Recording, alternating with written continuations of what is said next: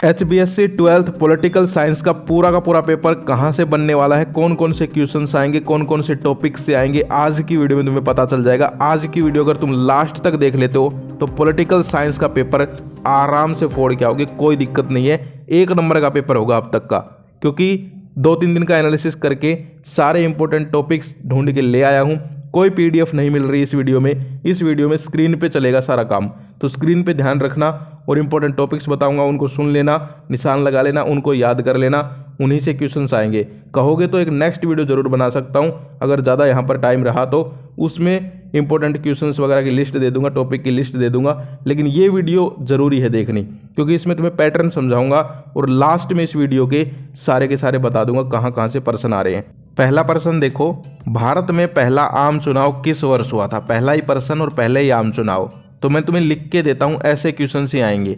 भारत में पहली योजना कब लागू हुई, भारत में पहले प्रधानमंत्री कौन बने, कुछ और भी हो अगर, यानी कि इस टाइप के जो प्रश्न है, इस पैटर्न के जो प्रश्न हैं वो पूछे जाते हैं। ठीक है, तो ये सारे के सारे याद कर लेना, 1 नंबर तुम्हारा पक्का हो जाएगा।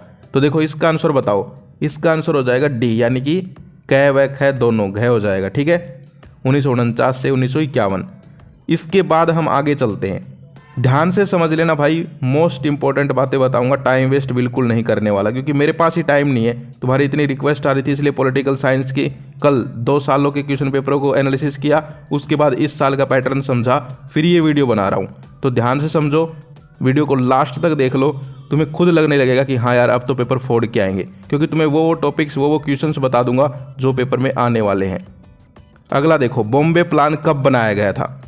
तो यहाँ पर बताओ इसका आंसर क्या हो जाएगा?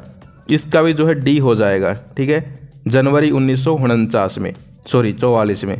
कहने का मतलब क्या है कि यहाँ पर बॉम्बे प्लान हो गया, ऐसे ही कोई और यहाँ पर कुछ चीज़, जैसे कि तालबंद समझौता कब हुआ, ये प्रश्न भी आ सकता है, ताशकंद समझौता। इसके अलावा हम बात करें कुछ और कोई समझौता हुआ हो, कोई प्लान योजना बनाई गई हो, इस टाइप के जो प्रश्न होते हैं वो यहाँ से आ सकते हैं। ठीक है, इसके बाद हम आगे बात करते हैं, और यहाँ पर इंग्लिश वाले भाई इंग्लिश में साथ साथ देख सकते हैं, मैं हिंदी में करवा रहा हूँ। आगे यहाँ पर जो है प्रश्न नंबर 3, शिमला समझौते पर किस वर्ष हस्ताक्षर किए थे? बताओ इसका हो जाएगा बी, 1972।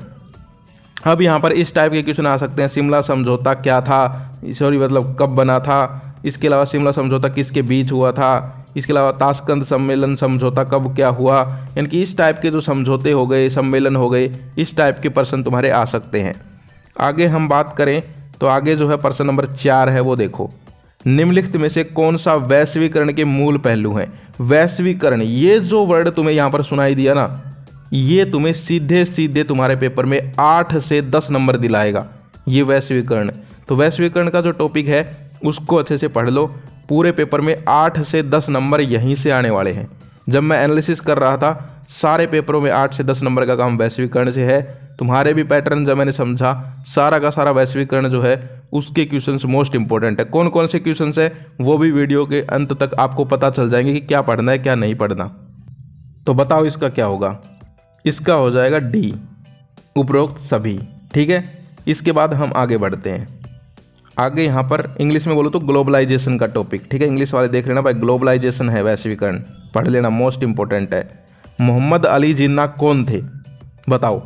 तो यहाँ पर जो है आपको पता है वो पाकिस्तान से रिलेटेड थे, बैरिस्टर भी थे, राजनीतिक भी थे, तो उपरोक्त सभी। और एक चीज़ बताऊँ, जिस भी क्वेश्चन में उपरोक्त सभी आ जाए ना, उसका वही आंसर होता है। लिख के देता हूँ 99%, कोई 1% तो मैं कह नहीं सकता, लेकिन 99% जो क्वेश्चन है जिसमें उपरोक्त सभी अगर आखिर में है तो वही उसका आंसर होगा। अगर तुम्हें नहीं आता तो वही कर देना, सही होगा। ठीक है, तो यहाँ पर जो है उपरोक्त सभी हो जाएगा। लेकिन अब कैसा पैटर्न है यहाँ पर तुम्हारे आ सकता है महात्मा गांधी कौन थे? ठीक है, ऑप्शन दे देंगे, भारत के राष्ट्रपिता। ठीक है, बैरिस्टर भी थे भाई वो, राजनीतिक भी थे। तो कहने का मतलब क्या था, पैटर्न समझो, समझ गए। इसके बाद हम आगे बढ़ते हैं। आगे मोस्ट इंपॉर्टेंट, जय जवान जय किसान का नारा किसने दिया?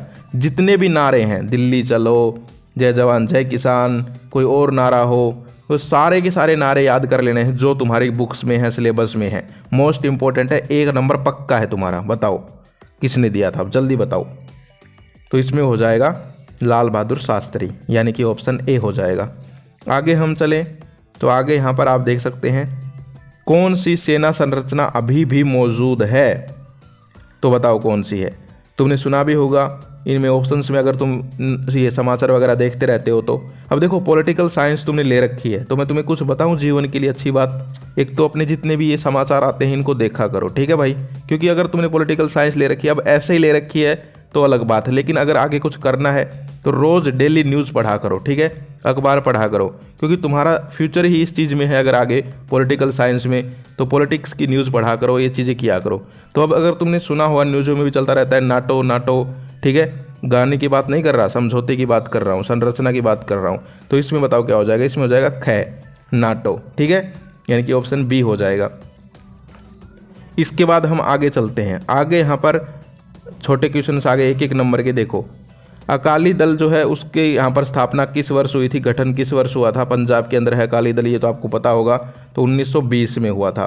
इसके बाद 9 है, किस पार्टी ने राष्ट्रीय जनतांत्रिक गठबंधन एनडीए का नेतृत्व किया? अब अगर तुम न्यूज़ सुनते हो तो एनडीए का नाम आते ही भारतीय जनता पार्टी आ जाएगी, बीजेपी, और यूपीए आ जाए तो कांग्रेस।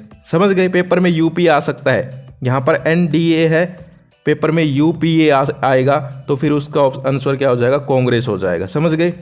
तो इस प्रकार से ये जितनी भी पार्टियां हैं मोस्ट इंपॉर्टेंट है, चाहे बीजेपी हो कांग्रेस हो, इनसे भी तुम्हें जो है पेपर में 4-5 नंबर का काम देखने को मिलेगा, इनको पक्का कर लो, ठीक है। इसके बाद आगे देखिए, रियो शिखर सम्मेलन की सिफारिशों को क्या कहा गया है?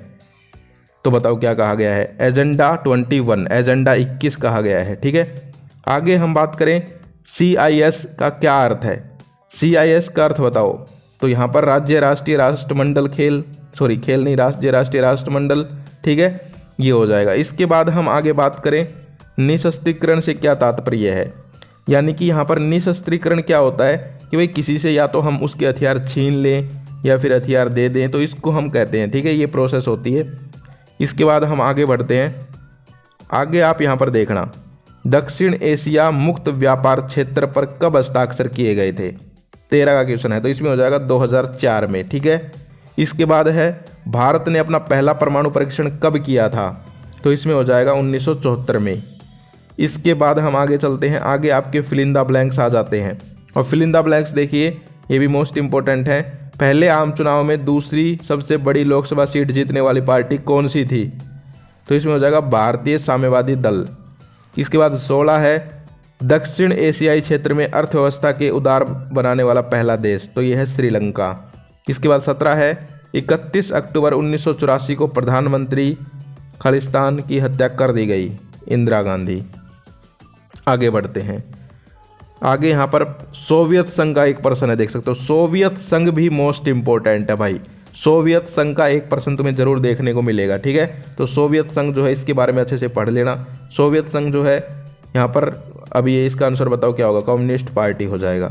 इसके बाद 19 की हम बात करते हैं। 18 के बाद 19वां क्वेश्चन जो है वो अभिकथन कारण का है। अभिकथन कारण में क्या होता है? यहाँ पर आपको जो है ऑप्शंस दिए जाते हैं कि भाई दोनों ए और आर सत्य हैं और आर की सही व्याख्या है, ए और आर सत्य है लेकिन आर ए की सही स्पष्टीकरण नहीं है, ए भी सत्य है आर गलत है, ए गलत है आर भी सत्य है। तो इस प्रकार से देख लेना, ए का मतलब अभिकथन और आर का मतलब यहाँ पर कारण, ठीक है। तो अब देखो इनमें क्या करना है, तुम्हें दोनों लाइनें पढ़नी, अभिकथन भी पढ़ना है, कारण भी पढ़ना है, फिर देखना है दोनों सही हैं क्या या फिर एक सही है एक गलत है, क्या है क्या नहीं, वो चीज़ें देखनी है, ठीक है। तो इसमें जो है यहाँ पर देख सकते हो आप लोग कि भाई जो अभिकथन है वो जो है यहाँ पर सही है और कारण भी सही है, लेकिन वो उसकी व्याख्या नहीं करता, ठीक है। तो इसमें बी ऑप्शन हो जाएगा 19 वाले में। इसके बाद हम आगे बात करें 20 वाले में, तो 20 वाले में जो है यहाँ पर गलत है एक चीज़, तो डी हो जाएगा इसमें। आगे बात करते हैं। आगे जो है यहाँ पर अब मैं आपको बता रहा हूँ इंपॉर्टेंट टॉपिक्स, ध्यान से सुन लेना, क्वेश्चंस बता रहा हूँ, लेकिन तुम्हारे पेपर में जो है कौन कौन से टॉपिक से क्वेश्चन आएंगे वो बताऊंगा। तो यहाँ पर क्वेश्चन पढ़ूंगा और साथ साथ में बताता रहूँगा, तो ध्यान से सुनो। 1947 में भारत की विभाजन के किन्हीं 2 परिणामों की पहचान करें। तो ये यहाँ पर जो है कहने का मतलब आपका यहाँ पर जो भारत विभाजन है, राष्ट्र निर्माण है, इसके प्रश्न आ सकते हैं, ठीक है। यहाँ पर भारत विभाजन है, तुम्हारे आ सकता है राष्ट्र निर्माण जो है उसके प्रमुख बाधाओं का वर्णन करें, राष्ट्र निर्माण के तत्व क्या हैं, समझ गए। तो इस टाइप के जो प्रश्न है वो तुम्हारे यहाँ पर आ सकते हैं। इसके बाद 22 है, कांग्रेस और भारतीय जनता पार्टी के बीच विचारधारा के दो प्रमुख अंतर स्पष्ट करें। तो ये जितनी भी पार्टियां हैं मैंने तुम्हें पहले ही बता दिया, सीधे तुम्हारे 4-5 नंबर आ जाएंगे अगर तुमने इन पार्टियों के बारे में भी पढ़ लिया तो, कि भाई भारतीय जनता पार्टी के बारे में पढ़ लो, कांग्रेस के बारे में। जरूरी नहीं है ऐसे ही क्वेश्चन आए, हो सकता है सिंपल आ जाए, भारतीय राष्ट्रीय जनता पार्टी जो है, भारतीय जनता पार्टी, उसके बारे में एक लेख लिखिए, कांग्रेस के बारे में भी आ सकता है। तो कहने का मतलब क्या है, क्वेश्चन किसी भी तरह बन सकता है भाई अब हरियाणा बोर्ड में, ठीक है। लेकिन आप टॉपिक्स पढ़ लो, उन्हीं टॉपिक्स से बनेगा, वो मैं आपको बता रहा हूँ साथ के साथ। आगे जो है देखो, आगे जो प्रश्न है वो है मंडल आयोग की किन्हीं 2 सिफारिशों का और इसके अथवा में है भारत की राजनीति पर चुनाव का प्रभाव। तो चुनाव जो है वो मोस्ट इंपॉर्टेंट है। तो चुनाव जो है वो सारे के सारे चुनाव वाले क्वेश्चंस तुम याद कर लो, चुनाव का एक क्वेश्चन जरूर आएगा। इसके बाद 24 है आपातकाल के बाद की राजनीति। तो आपातकाल जो है इसके भी प्रश्न मैंने देखे हैं, बहुत आ रहे हैं, तो आपातकाल वाले टॉपिक को भी कंप्लीट कर लेना। इसके बाद आता है इम्पोर्टेंट खिलाड़ी, यूरोपीय संघ की स्थापना क्यों की गई। मोस्ट इंपॉर्टेंट क्वेश्चन है, ये आ सकता है तुम्हारे पेपर में भी, ठीक है। इसके अलावा आ सकता है संयुक्त राष्ट्र संघ की स्थापना, इसके अलावा आ सकता है सोवियत संघ, सोवियत प्रणाली, यानी कि यहाँ पर ये जो संघ हैं इनके बारे में क्वेश्चन जरूर आ सकता है, यूरोपीय संघ, सोवियत संघ, संयुक्त राष्ट्र संघ। तो ये जो है सारे के सारे पढ़ लेना। इसके बाद हम आगे बात करते हैं। तो आगे जो है यहाँ पर देखिए आप, हम पर्यावरण के संबंध में मूल निवासियों के अधिकारों की रक्षा कैसे कर सकते हैं। अब यहाँ से टॉपिक बताओ, किस टॉपिक से है ये प्रश्न, तुम्हें पता है, तुम्हारे तो भाई सब्जेक्ट है ये, मैं तो फिर भी तैयारी के लिए बता रहा हूँ। तो मैंने एनालिसिस किया, मैंने समझ गया ये टॉपिक है पर्यावरण संरक्षण का क्वेश्चन। तो पर्यावरण संरक्षण जो है उसको पढ़ लो भाई, एक प्रश्न जरूर देखने को मिलेगा, पर्यावरण संरक्षण का हो, पर्यावरण प्रदूषण का हो, वो मुझे नहीं पता, लेकिन एक जरूर आएगा इन दोनों में से, पर्यावरण संरक्षण, पर्यावरण प्रदूषण। इन दोनों को आराम से बैठकर पढ़ लो, सीधे तुम्हारे 4-5 नंबर पक्के हैं। इसके बाद फिर आ गया हमारा मेन खिलाड़ी, वैश्वीकरण। वैश्वीकरण जो है ये इतना इंपॉर्टेंट है कि जो वैश्वीकरण नहीं पढ़ के गया ना उसका पेपर अच्छा नहीं होगा। मैं फिर से कह रहा हूँ भाई, ये मुझे बोलना पड़ रहा है लेकिन बोलना नहीं चाहता, वैश्वीकरण जरूर पढ़ लो। वैश्वीकरण का चैप्टर है, क्वेश्चंस हैं, वो पढ़ लो, ठीक है, मोस्ट इंपॉर्टेंट है। वो भी तुम्हें जो है सीधे 8 से 10 नंबर दिला देगा। उसके अलावा 4-5 चीज़ें और बता दूंगा, वो पढ़ लो। ये दोनों चीज़ें मिलाकर तुम्हें जो है आराम से पास करवा देंगे पॉलिटिकल साइंस में, कोई दिक्कत नहीं है। लास्ट में बता दूंगा मैं सारे टॉपिक्स, टेंशन लेने की जरूरत नहीं है। लेकिन वैश्वीकरण के क्वेश्चन जरूर आएंगे कि भाई वैश्वीकरण क्या है समझाओ, वैश्वीकरण के उदय के कारण बताओ, वैश्वीकरण की प्रमुख विशेषताएं बताओ, यानी कि वैश्वीकरण का जरूर आएगा, देख सकते हो यहाँ पर।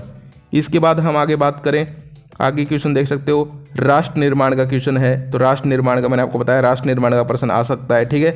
इसके अलावा हम बात करें यहाँ पर राष्ट्र निर्माण के तत्व और राष्ट्र निर्माण की बाधाएं, तो इस प्रकार की कर लेना। हरित क्रांति का प्रश्न है, हरित क्रांति भी इंपॉर्टेंट है, ये क्वेश्चन भी आ सकता है घुमा फिरा के।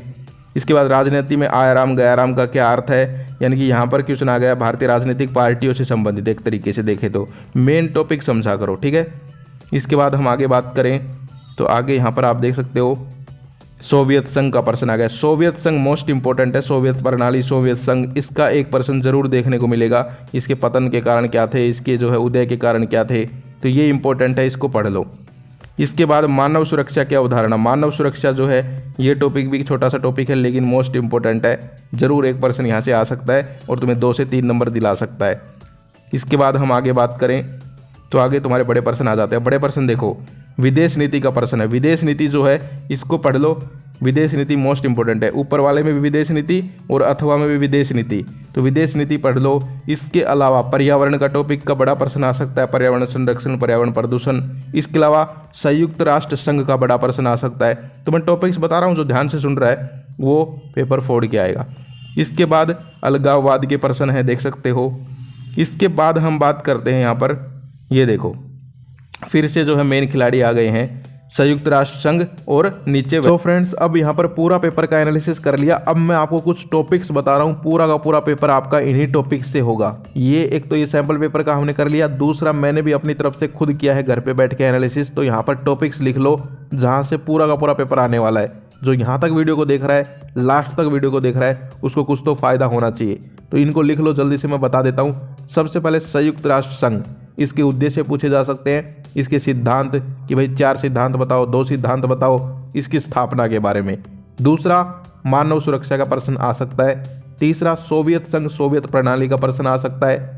इसके अलावा पर्यावरण प्रदूषण, पर्यावरण संरक्षण, 4 नंबर का या फिर 3 नंबर का एक प्रश्न पक्का आ सकता है कि भाई पर्यावरण संरक्षण क्या है समझाओ, या फिर पर्यावरण प्रदूषण का आ सकता है। आपातकाल का एक क्वेश्चन आ सकता है। वैश्वीकरण मोस्ट मोस्ट मोस्ट इंपॉर्टेंट, वैश्वीकरण जो पढ़ के चला जाएगा ना भाई उसका पेपर बहुत अच्छा होगा, मैं फिर से कह रहा हूँ, क्योंकि वैश्वीकरण मेन खिलाड़ी है तुम्हारा पॉलिटिकल साइंस में। तो वैश्वीकरण ग्लोबलाइजेशन इंग्लिश में बोलो तो ये टॉपिक पढ़ लो। वैश्वीकरण क्या है, वैश्वीकरण से आप क्या समझते हैं, वैश्वीकरण के उदय के कारण बताओ, वैश्वीकरण की प्रमुख विशेषताएं, यानी कि वैश्वीकरण का एक क्वेश्चन, 2 क्वेश्चन, 3 क्वेश्चन पक्का आएंगे और तुम्हें सीधा 8 से 10 नंबर दिला देगा। राष्ट्र निर्माण अगला टॉपिक, राष्ट्र निर्माण की बाधाओं के ऊपर क्वेश्चन आ सकता है। राष्ट्र निर्माण के तत्व, स्वतंत्र भारत के सामने क्या समस्याएं थी, इस टाइप के प्रश्न आ सकते हैं।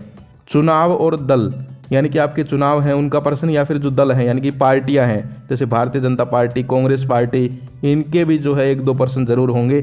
इसके अलावा योजना आयोग, योजना आयोग जो है इसके कार्य बताओ, ये क्वेश्चन आ सकता है, इंपॉर्टेंट है। विकास जो है वो भी एक टॉपिक है, वो इंपॉर्टेंट है। इसके अलावा हम बात करें जो है यहाँ पर आपके और यहाँ पर जो इंपॉर्टेंट क्वेश्चंस या फिर टॉपिक्स रहेंगे उसके लिए अगर तुम कहोगे तो मैं तुम्हें एक PDF दे दूंगा और वीडियो बना दूंगा, लेकिन उसके लिए भाई कमेंट चाहिए मुझे ज़्यादा से ज़्यादा, तो कमेंट कर सकते हो। और यहाँ तक कौन वीडियो देख रहा है ये भी कमेंट करके बताना। तो ये एक वीडियो थी, यहाँ तक अगर तुम वीडियो देख रहे हो तो तुम टेंशन लो ही मत, मैं लेता हूँ तुम्हारी गारंटी, तुम्हारा पेपर 1 नंबर का होगा, क्योंकि भाई तुम्हारे अंदर जो है कुछ करने की हिम्मत है, वरना आधे तो गए होंगे छोड़ के। तो ये टॉपिक्स कर लेना और 1 नंबर का पेपर होगा, टेंशन लेने की जरूरत नहीं है। All the best, bye bye, take care.